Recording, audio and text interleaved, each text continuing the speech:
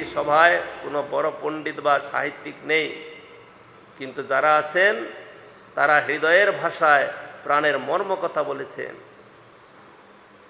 আজ গুরু সেবকগণের কথা আমার হৃদয়কে স্পর্শ করেছে এবং শ্রী গুরুবর্গ ও শ্রী গৌর সুন্দরের হৃদয়কেও স্পর্শ করেছে। সাহিত্যিক জাগতিক যোগ্যতা প্রবৃত্তির কর্মকাণ্ডে মূল্য থাকতে পারে, কিন্তু ভক্তির ব্যাপারে হৃদয়ের দামই বেশি। হৃদয়ের মধ্যে সরলতা, শ্রদ্ধা ও ভক্তি থাকে। ভক্তিরাজ্যে ভাবপ্রবণতা ও শুষ্ক জ্ঞান চর্চা এর স্থান নাই বললেই চলে। ভক্তির কথা, প্রীতির কথার পাণ্ডিত্য বা সাহিত্য কথা এক কথা নয়। হৃদয়ের সরল ভাবের কাছে তিনি বশীভূত। পাণ্ডিত্য এক জিনিস, ভক্তি অন্য জিনিস। আজ গুরু সেবকগণের হৃদয়ের ভাষা শ্রবণ করে আমি নিজেকে ধন্য মনে করছি। এদের সুন্দর হৃদয়ের সহজ সরল কথাকে আমি অভিনন্দিত করছি।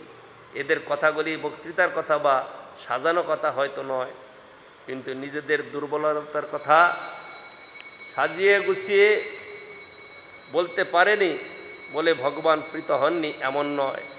শ্রী শ্রী গৌর সুন্দর পাণ্ডিত্য চান না, তিনি চান হৃদয়। তিনি জ্ঞান কর্ম বৈরাগ্যের দ্বারা আরাধিত হন না, ভক্তি ও প্রীতির দ্বারা তিনি আরাধিত হন। ভক্তির দ্বারা ও প্রেমের দ্বারা ভগবানের হৃদয়কে আকৃষ্ট করা যায়। প্রেম ও ভালোবাসার দ্বারা তার হৃদয়কে স্পর্শ করা যায়। যেখানে শ্রদ্ধা, নিষ্ঠা, রুচি, আসক্তি ও প্রীতির বিকাশ হয়, সেখানে ভগবানের আবির্ভাব হয়। এই সভায় কয়জন পণ্ডিত আছেন, কয়জন ধনী আছেন, কতজন লোক আছে তা দেখবার প্রয়োজন নাই। আপনার হৃদয়ে শ্রদ্ধা, ভক্তি ও প্রেমের উন্মেষ হয়েছে বলে এই গুরু পূজা অনুষ্ঠানে যোগদান করেছেন। অন্তরের এই সৌন্দর্য দেখে ভগবানের সন্তোষ হয়। আজ এই সভা সার্থক হয়েছে। শ্রী হরিগুরু এই পবিত্র অনুষ্ঠানে নন্দিত হয়েছেন।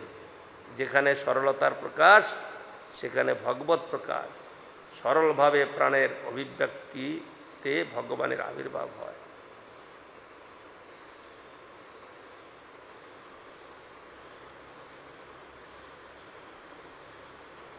কপটতা হইলে দূর, প্রবেশে প্রেমের পুর, জীবের হৃদয় ধন্য করে। অতএব বহু যত্নে আনিবারে প্রেম রত্নে কপটতা রাখা অতি দূরে।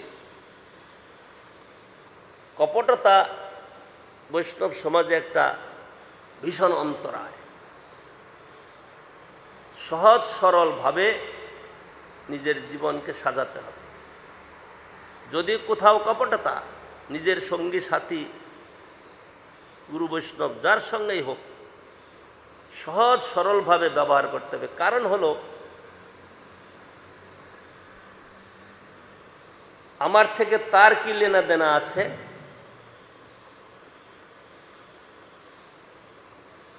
তার থেকে যদি লেনা দেনা কিছু থাকে, তো ভগবত সম্পর্কিত কিছু আছে। তাছাড়া ব্যবহারিক পার্থিব কি ধন জন কিছু দেওয়ার আছে, তা নাই। সুতরাং সরলভাবে আমাদের ব্যবহার করা উচিত।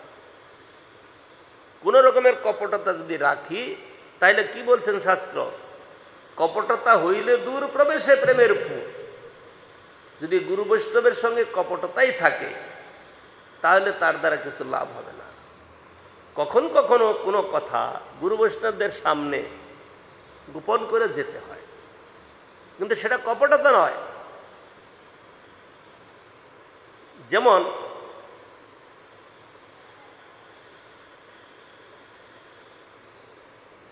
বাজারে গিয়েছেন, বাজারে গিয়ে কোনো দ্রব্য আনার জন্য গিয়েছেন। হয়তো ঠাকুরের যেমন উৎসব আছে, জন্মাষ্টমী, কাপড় কেনার জন্য গিয়েছেন।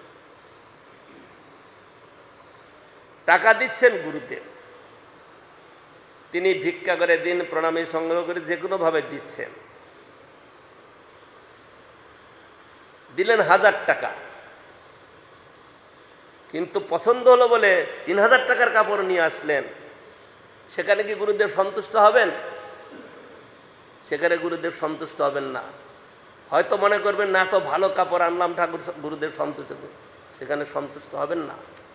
কারণ এটা আপনার সঙ্গে গুরুদেবের ভেদ হয়ে গেল। কারণ গুরুদেব চান এর মধ্যে তুমি সেবা করো। যদি তুমি ভিক্ষা করো, যে আমি যে ভিক্ষা করে এনেছি সেটা গুরুদেবকে জানিয়ে এনেছি কিনা তাও আনো নাই, তাইলে পরে সেখানে নিশ্চয়ই মনোমালিন্য হবে। এটা ভালো করে বুঝতে হবে। সেখানে মনোমালিন্য হবে। নিজের স্বাধীনতা ততটাই থাকবে যেখানে গুরু বৈষ্ণবের সন্তোষের ব্যবস্থা থাকে। যদি এখানে আমি বলি যে ভিক্ষা তো আমি করেছি, গুরুদেবকে 1000ই বলে দেবো, 3000 বলবো না, এই যে কপটতাটা হলো, এটা কারুর সুখকর হবে না। বাহ্যিক দেখা যাবে যে আমি করলাম, কিন্তু এটা কিন্তু এই কপটতাটা কখনোই গুরু বৈষ্ণব ভগবান গ্রহণ করবেন না, স্বীকার করবেন না, এটা ভালো কথা হবে না। অনেক সময় দেখা যাবে কম দামেরটাই তিনি সন্তুষ্ট হবেন, অনেক সময় দেখা যাবে বেশি দামেরটাই সন্তুষ্ট হবেন না। এই যে কপটতাটা, এটা কিন্তু তিনি ভালোভাবে গ্রহণ করবেন না। সেই জন্য প্রত্যেকটা ব্যাপারে সাবধানতা সহকারে আমাদের চলতে হবে, যাতে গুরু বৈষ্ণব আমাদের প্রতি আমাদের ব্যবহারটাকে সহজ সরল মনে করেন। যদি আমরা নিজেরা কপট হয়ে সহজ সরল দেখাতে যাই, তাহলে কিন্তু সেটা কখনোই ভালো হবে না। সেই জন্য সহজ, যেমন বলছেন সরলতাই বৈষ্ণবতা, সরলভাবে প্রাণের অভিব্যক্তিতে ভগবানের আবির্ভাব হয়। যেখানে সরলতা থাকবে সেখানে ভগবানের আবির্ভাব হবে, যেখানে সরলতা নাই সেখানে ভগবান আসবেন কি করে?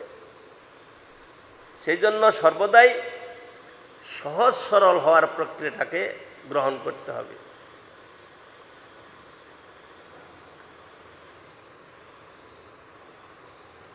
এই 6 গোসাই যাবে ব্রজে কইলা বাস, রাধাকৃষ্ণ নিত্যলীলা করিলা প্রকাশ। তখন শ্রী শ্রী রাধাকৃষ্ণের লীলার সময় তো নয়। গোস্বামী পাদগণ যখন প্রেম সিঞ্চিত হৃদয় দিয়ে প্রাণের কথা বলেন, অন্য মতলব না রেখে সরল কথা বলেন, তখনই গোলকের আবির্ভাব হয়।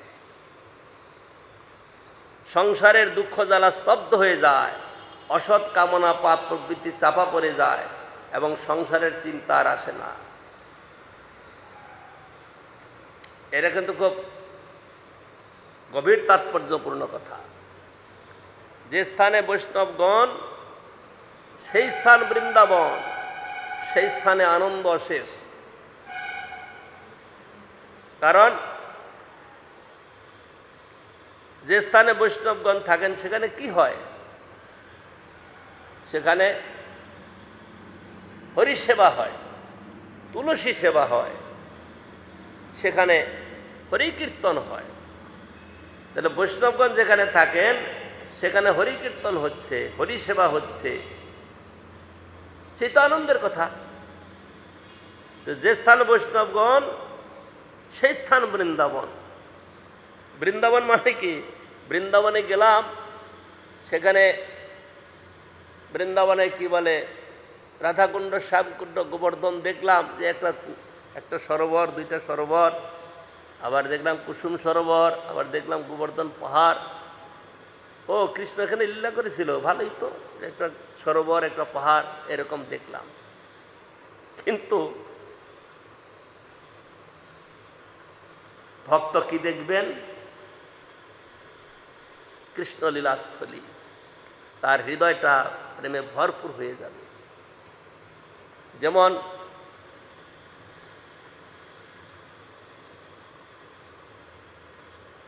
কুরুক্ষেত্রেতে সেই সূর্য ওপর আগে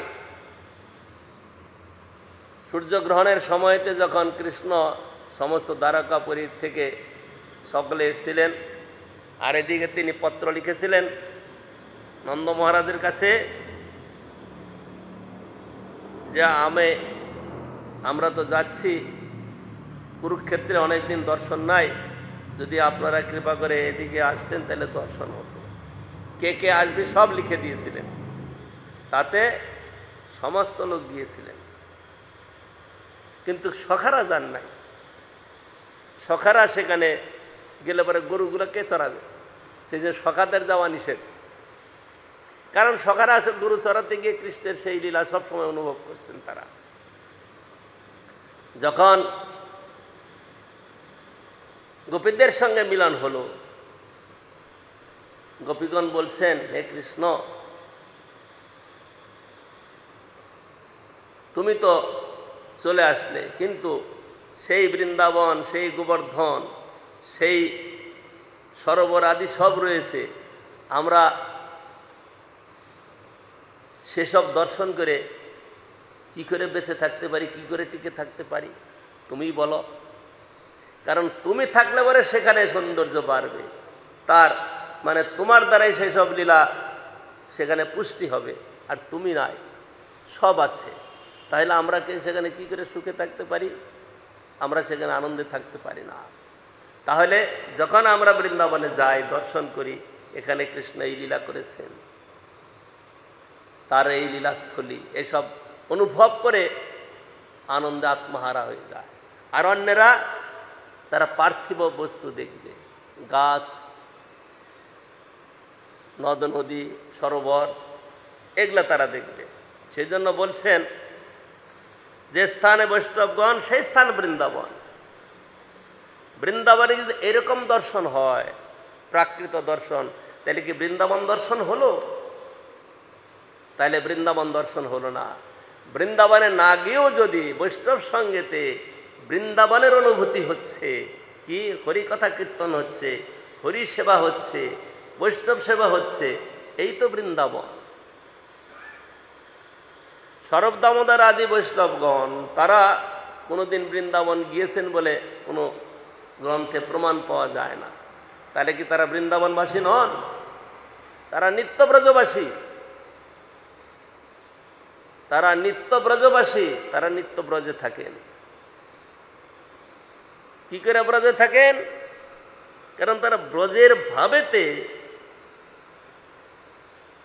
সময় কাটান, সুতরাং সর্বদাই তারা ব্রজে থাকেন। সেই জন্য গোস্বামী পাদগণ যখন প্রেমসিঞ্চিত হৃদয় দিয়ে প্রাণের কথা বলেন, অন্য মতলব না রেখে সরল কথা বলেন, তখনই গোলকের আবির্ভাব হয়। সংসারের দুঃখ জ্বালা স্তব্ধ হয়ে যায়, অসৎ কামনা পাপ প্রবৃত্তি চাপা পড়ে যায় এবং সংসারের চিন্তা আর আসে না। হিমালয়ের গহ্বরে বসে চক্ষু মুদে ধ্যান করলেও সংসার চিন্তা, কামনা বাসনা যায় না।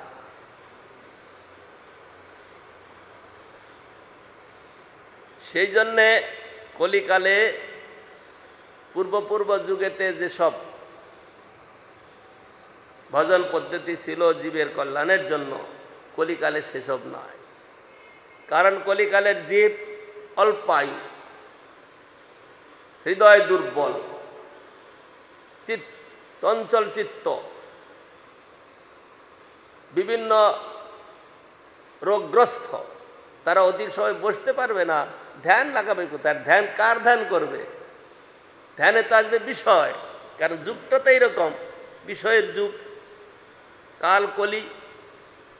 সেই জন্য যেখানেই বসে ধ্যান করুক না কেন, বিষয় তার থেকে যাবে না। কিন্তু যদি কীর্তন করে, মুখে নাম, কর্ণে শ্রবণ, আর সেইটাই হৃদয়ে চিন্তন, ধ্যানের প্রয়োজন নাই, ধ্যান তো লেগে গেছে। আমি মুখে কীর্তন করব, কানে শ্রবণ করব, আর হৃদয়ে চিন্তন করব, আর ধ্যান কোথায়? এর অতিরিক্ত কোথায় ধ্যান? তিনি তো কথাতে রয়েছেন। সেই কথাতে যখন থাকেন, তার কথা যখন শ্রবণ হবে, সে শ্রবণের মধ্যে তিনি শ্রুতেকৃষ পথ, মানে তং ভক্তিযোগ পরিভাবিত হৃৎসরজাস্যে শ্রুতেক্ষিত পতন অনুনাথ পুংসাং যজ্জধ্যাত উরুগায় বিভবয়ন্তী তত্তদ্বপু প্রণয়সে সদনুগ্রহায়। ভক্তিযোগ পরিভাবিত হয়ে যখন চিত্ত সেইভাবে স্থির হয়, আর তখন যে কথা শুনে সেই কথার মধ্যে ভগবান দর্শন দেন। আমরা পৃথকভাবে আমাদের চোখ দিয়ে যখন দর্শন করতে যাব, সেই দর্শনেতে ভেদ থাকবে, কারণ আমাদের দর্শন, আমাদের দৃষ্টি শুদ্ধ নয়। আমাদের দর্শন বিষয় সংযুক্ত। বিষয় সংযুক্ত থাকার জন্য আমাদের চোখ দিয়ে দেখার ব্যবস্থা নাই। শাস্ত্র মহাজন বলছে যে কান দিয়ে দেখো। কান দিয়ে দেখা মানে কানে ভগবানের রূপ, গুণ, লীলার কথা, মহিমার কথা যখন শ্রবণ করব, সেইভাবে তাকে দর্শন করব। সাধারণ দৃষ্টান্তেই বোঝা যায়। এ কথা অনেকবার আলোচিত হয়। রাস্তায় একটা ঝাড়ুদার একটা পাথরের টুকরা পেয়েছে কুড়িয়ে, খুব চকচকা, খুব সুন্দর, ঝকমক করে, দেখতে ভালো। একটা পাথরের টুকরা পেয়েছে, তিনি এসে ঘরে রেখেছে। দেখছে সুন্দর ঝকঝক, চারে মানে একটু আলো পড়লেই চারিদিক চমকতে লাগে। খুব ভালো তো, বলে এটা বাজারে গিয়ে দেখা যাক এর কিরকম মূল্য আছে। এতদিন সে চোখে দেখেছে, চোখে দেখে তার মূল্য নির্ণয় করতে পারে নাই। সে যখন বাজারে নিয়ে গেছে, দেখতে ভালো, চকমক করে, তার সবজির দোকানে গিয়েছে, সবজিওয়ালাকে দিয়েছে যে এটার বদলে আমি কিছু জিনিস চাই, তা আপনি দিতে পারেন? বলে হ্যাঁ, দেখতে তো ভালোই, দাও। 2 কিলো কি বলে শাক, 2 কিলো সবজি, এগুলো নিয়ে যাও।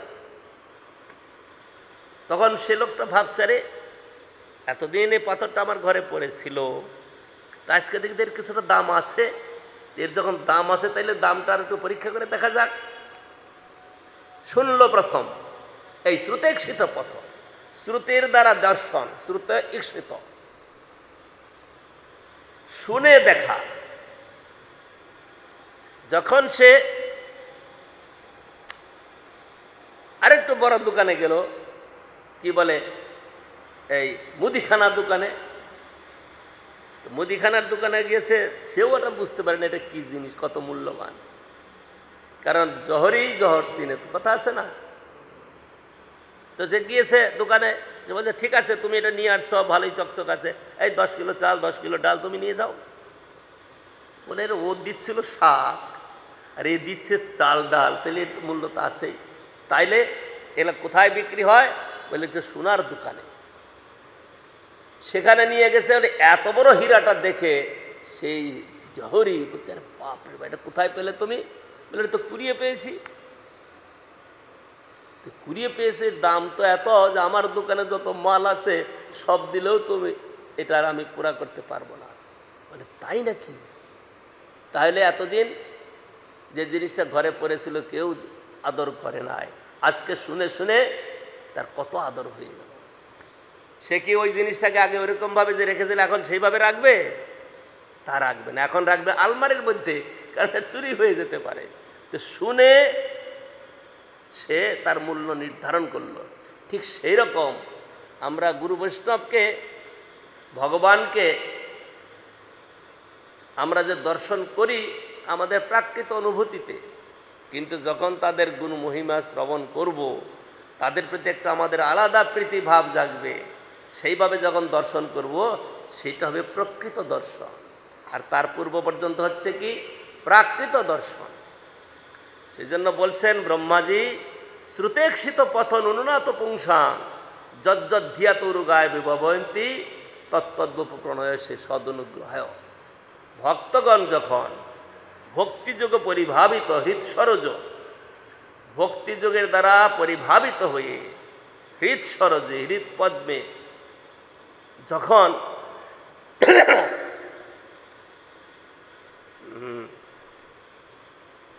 তং ভক্তিযোগে পরিভাবিত হৃৎসরজে শ্রুতেক্ষিত পথ, শ্রুতির দ্বারা শ্রবণ করে তার দ্বারা দর্শন করে। যখন শ্রুতির দ্বারা শ্রবণ করে তার দ্বারা দর্শন করে, তখন কি হয়? যজ্জত ধিয়া, তখন সেই ভক্ত যা যা দর্শন অনুভব করে, চিন্তন করে, তোমাকে দেখতে চায়, তুমি সেইভাবে তার কাছে প্রকাশিত হয়ে যাও। আজকে শুনছি আমরা মুরলীধর, ত্রিভঙ্গী মুরলীধর। যখন ত্রিভঙ্গী মুরলীধর শুনলাম, তখন কি হবে? ত্রিভঙ্গী মুরলীধর আমার সামনে দাঁড়িয়ে যাবে। তো শ্রুতির দ্বারা আমরা দর্শন করছি, এটা হলো বাস্তবিক দর্শন। কিন্তু যারা গুরু বৈষ্ণবদের মুখে শ্রবণ না করে যারা দেখতে যায়, তারা প্রাকৃত দর্শন করে, সেই দর্শন তাদের প্রকৃত দর্শন নয়। সেই জন্য হিমালয়ে গহ্বরে বসে চোখ সমুদ্রে ধ্যান করলেও সংসারের চিন্তা কামনা বাসনা যায় না। কিন্তু যখন হরি কথা শুনতে বসে, কমসে কম ততক্ষণের জন্য বিষয় বাসনা তার থেকে দূরে চলে যায়। এটা কিন্তু বাস্তবিক কথা। বিষয় আমাদের ছাড়বে না, আমরা বিষয় নিয়ে আছি, কিন্তু বিষয়টাকে ভক্ত ভগবানের সঙ্গে যুক্ত করে যদি দেখি, তাহলে সেটা বিষয় থাকে না। সংসারী লোক, তার সংসার থাকবে, টাকা পয়সা থাকবে, ছেলে মেয়ে থাকবে, ব্যবসা বাণিজ্য থাকবে, লোকের সঙ্গে ব্যবহার সব কিছু থাকবে, কিন্তু সেটা যদি শরণাগতির ভূমিকায় থাকে, তাহলে সেখানে বিষয় থাকবে না, সমস্ত নির্বিষয় হয়ে যাবে। আর গুরু বৈষ্ণব ভগবানের সঙ্গে যুক্ত না হয়ে যদি নিজেকে দেখে, তাহলে বিষয় না থাকলেও সেখানে বিষয় হয়ে যায়। সেই জন্য বলছেন যে চোখ সমুদ্রে ধ্যান করলে যে সংসার চিন্তা যাবে, তা যাবে না, কিন্তু এক হরি কথা, হরি সেবা দ্বারাই যাবে। কিন্তু প্রাণের সরল ভাষায় গুরুর মহিমা বলায় অতি সহজে সংসারের দেনা পাওনা, কেনা বেচার কথা, দেশ বিদেশের কথা ভুলে যাওয়া যায়। গুরুর মহিমা ও ভগবত মহিমার কথা শ্রবণের সঙ্গেই সঙ্গেই বৈকুণ্ঠ রাজ্যের অনুভূতি এনে দেয়। আপনারা এতক্ষণ সেসব কথা শুনলেন, তাতে একটা অপূর্ব প্রেম রাজ্যে আপনাদের অবস্থিতি হয়েছিল। ধ্যান করে কসরত করতে হয়নি। এর কারণ কি? এখানে প্রাণের সরল উচ্ছ্বাসের কথা প্রকাশ পেয়েছে।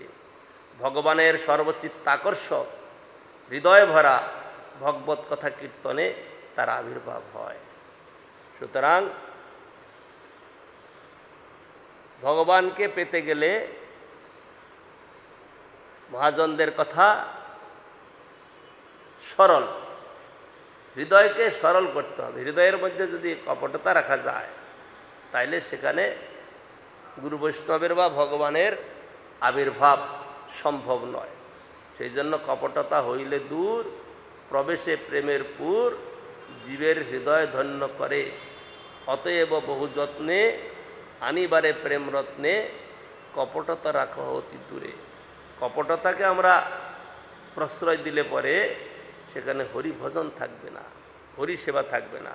সেই জন্য গুরু বৈষ্ণবদের কাছে আমাদের হৃদয়ের সহজ সরল ভাবটাকে প্রকাশ করা, তাহলে জীবের কল্যাণ, তাহলে জীবের মঙ্গল, অন্য কোনো রাস্তা নাই। আমরা আজকে এই পর্যন্তই শ্রবণ করলাম। মানসাকল্পতরুভ্যশ্চ কৃপা সিন্ধু পতিতানাং পাবনেভ্যো বৈষ্ণবেভ্যো নমঃ।